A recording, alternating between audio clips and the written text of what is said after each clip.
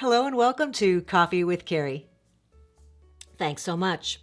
Do you leave comments down in my comment section? Well, sometimes I see something there and I'm like, yes, that's an episode. I'm going to answer that one or comment my thoughts on that. Love hearing from you guys in the comment sections. If you're new, I'm Carey. I'm a matchmaker, a dating coach. I'm in Chicago, but I have clients all over the states, just the states right now. I'm not international. I'm not cool enough yet.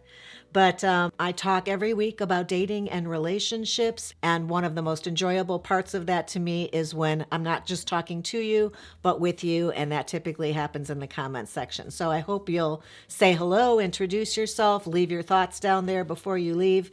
Today, this is based on a woman who left a comment. I don't recall if it was in response to my episode or a comment that she read that somebody else had stated. People speak to one another there. See how fun that could be? And she said, I don't need a lot of time to figure out if I like somebody. I don't need the date to be long. I don't need to date them for an extended period of time. I know if this is going to be a good thing or not. And I'm used to people saying, I know right away that that's not the person for me. I'm constantly in an uphill battle of trying to remind people and another person and maybe the same person again that a first impression or a first date is not indicative of long-term relationship success with this person.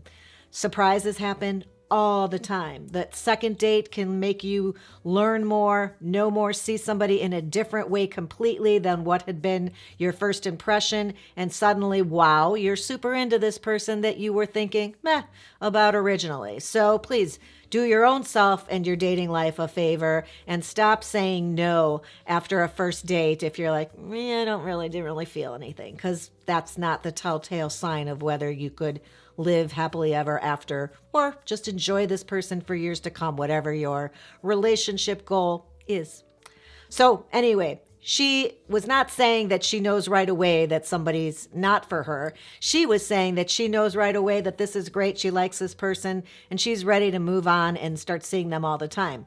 Also, we've got to be aware and careful that we're not pushing this relationship. We don't want to be pushing this relationship at a speed that isn't comfortable to both people, and that's subconsciously perhaps trying to override all of the process of dating just to get to the good part, which is the relationship. We don't want to do that. There's an episode about that. I will put a link to it right here. It's a great idea in theory, doesn't work in practice, and here's why. Let's talk about what she said and why you have to date. What is the purpose of this dating? Why do it? That's what I'm going to tell you about. That's what's on the agenda. Stick around. So she's like, I don't need weeks. I don't need months. I know right away. And I said, hey, whatever works for you. I'm not here to tell anybody else how to live any parts of their life, including their dating life. I'm here to make suggestions based on years of experience and studying these things. And sure, I've heard the stories of people who met and dated for 4 weeks and then started planning their wedding. I've heard of people eloping on their first date. All kinds of stories. I don't know if they're true, but you hear about them all the time. Happen much more often, I would think, in a previous generation. Maybe your parents know of somebody, or maybe they got married. Or I know my dad said he wanted to marry my mom after the first date. He knew, but he didn't propose to her that night, I don't think. The dating is a journey, and it's a journey with a mission. And the mission is to learn about this person, to better understand whether you could have long-term relationship success with this person based on who they are, what they like to do, what they value, and the only way to figure all these things out without handing them a 300 question questionnaire on date number 1 or texting it to them after they drop you off at home is to continue to have conversations with this person. As long as you're conversing, you may as well go do something to actually enjoy one another's company too. So while I don't want any of your dates to feel like an interview, it's going to take time because I do want you to learn about this person. I just don't want you to jam it all into something that makes it not fun and actually hinders it from being a romance. It's not a job interview. It's supposed to be a little flirty, a little fun, little excitement to the whole thing so that you walk away feeling, I would love to spend more time with that person. And that can only be done if you're taking your time and really getting to know somebody. You need to know, do you share the same worldview, a life view, a certain way that you look at things? If you're talking about, it would be just too easy of me to say politics, but politics nowadays, because it's identity politics, also includes a lot of your values. So that's going to be a conversation, things that you will learn about this person as you go along. Or maybe you're one of those who ask before you even go out on the date. We've talked about that as well. But have you ever had a conversation with somebody where you're just talking about some of the most basic things and you feel like, I don't even understand where they're coming from. Are we living in the same on the same planet even? You just don't communicate in a way or feel that they have any of the same life experiences that led them to understand things in the way that you do. Well, that's a weird feeling, and you can't go through life with somebody that you're constantly trying to explain yourself or help them understand your view on life. So I think that getting the feeling that you communicate in the same way and have a basic view of what life's about and how you want to live is really important in the early stages, and why you would want to keep dating somebody until you figure that out. While you're continuing to learn about this person and understand them better, I think it's important that you pay attention to whether you communicate in the same way. Is there a nice feeling of this, or is there, some people say, I felt like we just couldn't get a roll going, that I'd say something and they'd misunderstand it. It would go off in a different direction. We just couldn't get a groove going, and we didn't seem to communicate in the same way.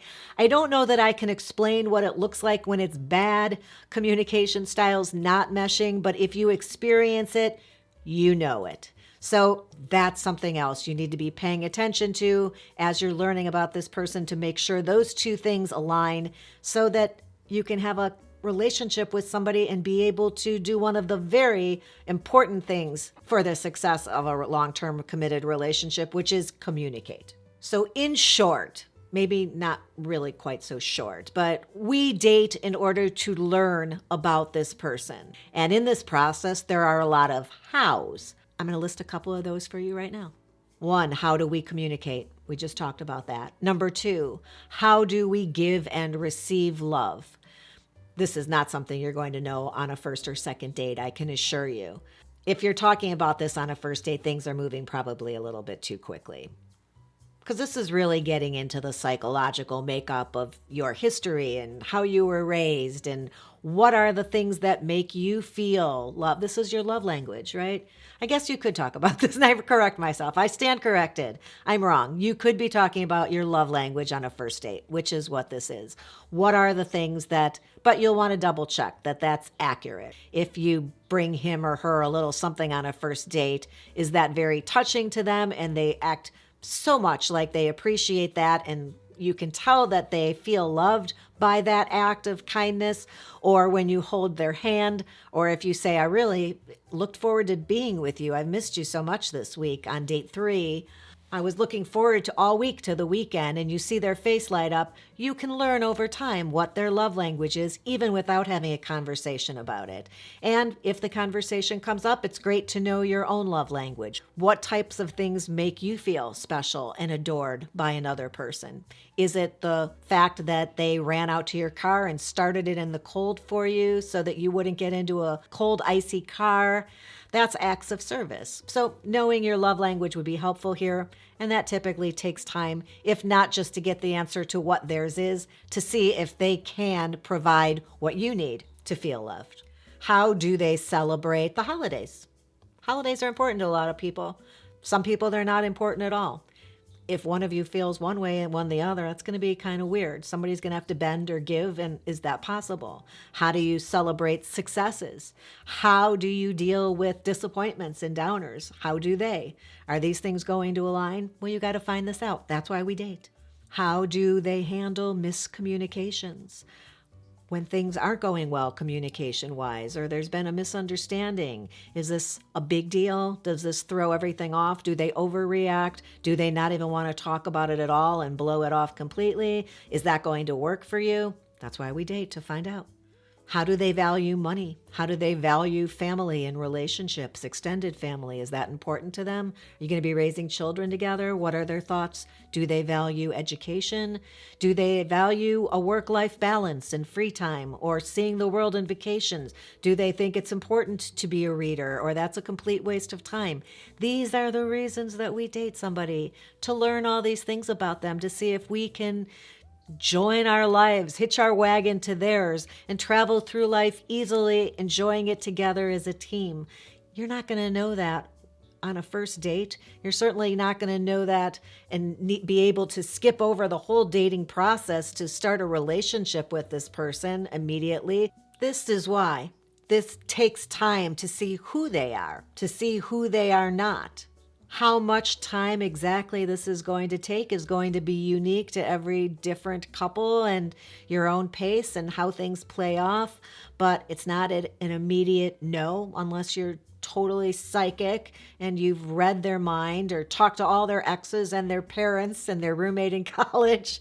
If you've stalked them to within an inch of their life, you may know all these things. But for the rest of us, time. It's going to take time. So you can know if you have a physical attraction right away or if you're infatuated with this person, but you can't know if they're a match for you immediately. And that is why we date, because that's part of the process. I hope you found this interesting and or helpful. If you did, my mom, I hope that you will subscribe to the channel. That would be great. The ring bell will let you know every time a new episode is up. And I'll look forward to seeing you back here again soon. So thanks again, and until next time, have a good one. First dates aren't always indicative of long-term relationships. And I'm